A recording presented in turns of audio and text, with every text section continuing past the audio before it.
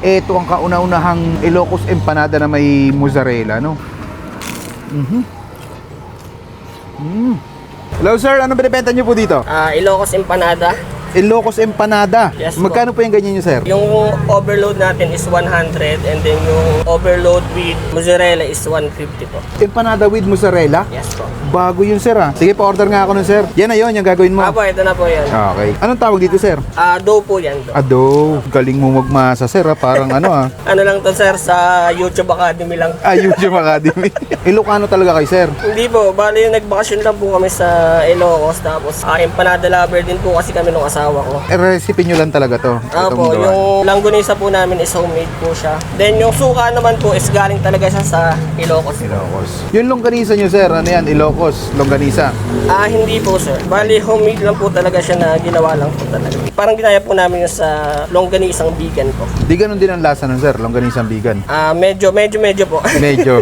Hindi naman po talagang to. Mahirap kasing gayahin eh. Pero nakakahawig naman po siya. Galing, bilog na bilog, sir, ah. Perfect oblong ba? Parang ano, ah, sinukat. Tapos anong ilalagay dyan, sir? Tapos lalagyan ng Yan po. papaya at munggo. Yes po. Ito po yung ating langgonisa. Ayan na yung longganisa. Yes po. Tapos itlog, longganisa ulit. Dami, ha. Ganyan talaga serving niyo, sir. Kaya po. Ganito po talaga. Baka pag vlogger lang yan, ha. Hindi po. Kahit hindi po ba? itanong nyo doon sa mga napunta po dito. Tapos ito po yung Tapos? mozzarella niya. Dami din, ha. Yun. Ba't naisipan yung lagyan ng mozzarella yung empanada, sir? Mahilig po kasi talaga kami sa cheese eh. Cheese lover po talaga kami. Trip talaga namin ng asawa ko. Ayan. Yung ibang cheese, ano yung cheese na... kasama? Keso po yan. Keso. Tapos babalutin na. Ay, malaki. Magkano yan, sir, ganyan? 150 po. 150 lang yan, ganyan kalaki. Hindi kayo lugi sa ganyan. Hindi naman po sir. Grabe, laki, oh. Babawasan pa. Po, konti lang naman po. Ayan, lalagyan ng pulbos. Rice flour pa rin po. Rice flour. Tapos ihuhulog na. Ay, gaano katagal lutuin to, sir? 5 to 10 minutes po. 5 to 10 minutes. Anong pangalan nitong ano nyo, sir? At tindahan nyo? Sian Ilocos Empanada po. Anong oras po kayo nag-open dito? 10 a.m. po to 11 p.m. Saan po kayo matatagpuan, sir? Sa Bagtas Road po, tapat lang po kami ng Cargo Gas Station. Paano nagsimula tong negosyo nyo, sir? Yun nga po, nung nagpunta kami ng Ilocos, nakita po namin to. Mahilig po talaga kami sa empanada. Tapos sabi namin, paano kaya ulit tayo malayo yun. So, ang ginawa namin, nag-try kami magluto. Then, nagustuhan naman namin, tapos pinatagim namin sa iba. Tapos sabi nila, ba't di nyo kaya ibenta? Kasi masarap din naman. Hindi yun, doon na nag-start yun. Gano'n nakatagal to, sir? Itong ano nyo? Lang po, 1 buwan ngayon. Ang isang buwan pa lang? Opo, Grabe. isang buwan. Nakailang empanada kayo, sir, sa isang araw? Sa ngayon, medyo ano pa kasi, siguro mga 10, ganun. Pero through online po yun. Mas marami kaming order sa online. Kasi hindi pa nga siya masyadong alam yung lugar namin. Last na, sir, ano kakaiba sa empanada mo? Sa langgunisa namin kasi yun nga po, homemade po siya. At saka mozzarella. Yun, naglagay kami ng mozzarella na dito. Kasi yung iba wala pa kami masyadong nakikita. Okay, sige, sir. Hintay ko maluto. Thank you. Sige po.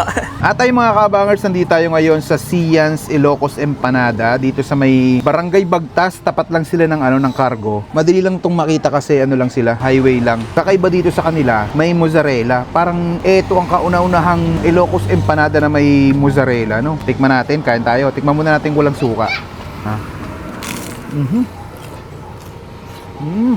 Hindi sila Ilocano pero yung lasa para kang nakakain sa sa Ilocos. Mas nagpasarap dito, yung cheese niya. Bigyan natin ng suka.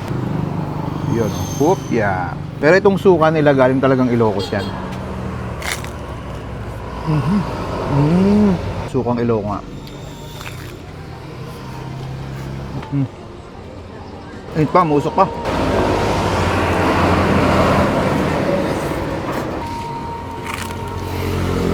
Saka nalagay dito, papaya, munggo, longganisa, itlog, keso. Yun talagang natitikman natin Ilocos empanada. Daming laman na, oh.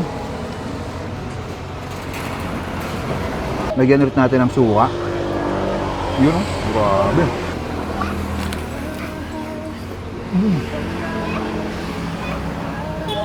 Parang di naubos yung laman, oh. Simula dulo to dulo, may laman. Sarap din na ito. Pwede makipagsabayan sa mga Ilocos empanada dito sa Tansa.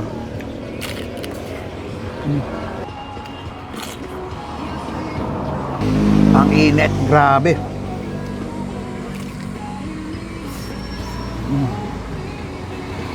Mas masarap to, lalagyan talaga ng sukang Ilocos. Ito yung talagang magdadala ng lasa eh. Pero pwede rin namang wag mo na lagyan ng suka kasi malasa rin yung empanada nila.